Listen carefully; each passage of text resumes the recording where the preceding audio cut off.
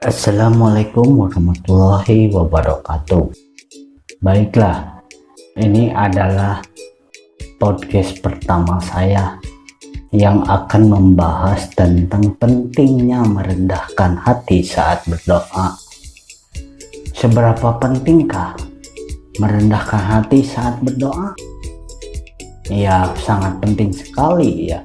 Karena antara kita dengan Tuhan itu memiliki tingkatan yang berbeda, sehingga dengan demikian kita harus merendahkan hati saat berdoa.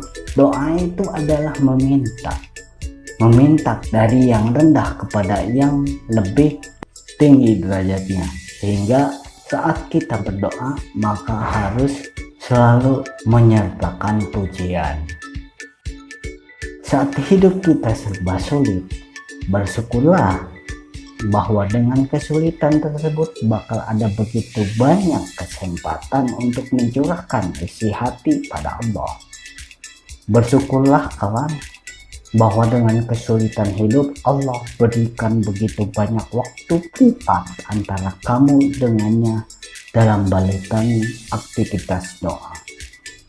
Karena itu janganlah sia-siakan kesempatan itu. Berdoa, mohon, dan memintalah untuk setiap kemudahan hidup hanya pada Allah yang Maha Kuasa. Namun sebagai seorang hamba, kita sejatinya lemah lembut dan merendahkan hati tatkala berdoa.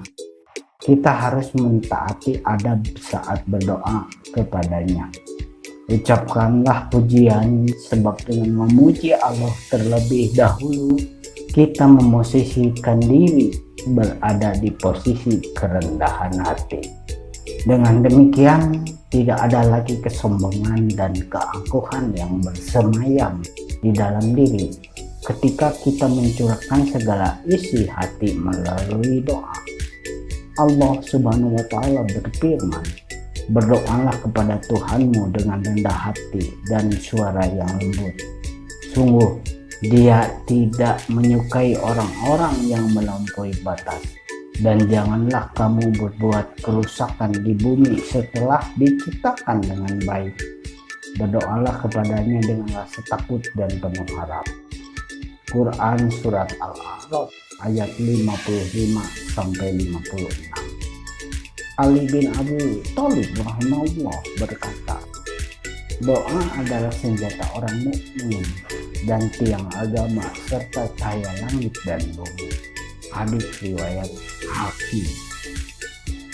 Berdoalah dengan merendahkan hati, sebab dengannya komunikasi yang kita bangun akan menjadi jernih dan bening dari noda-noda kesombongan. Billahi fi sabilil haq wasabiqul khairat. Wassalamualaikum warahmatullahi wabarakatuh.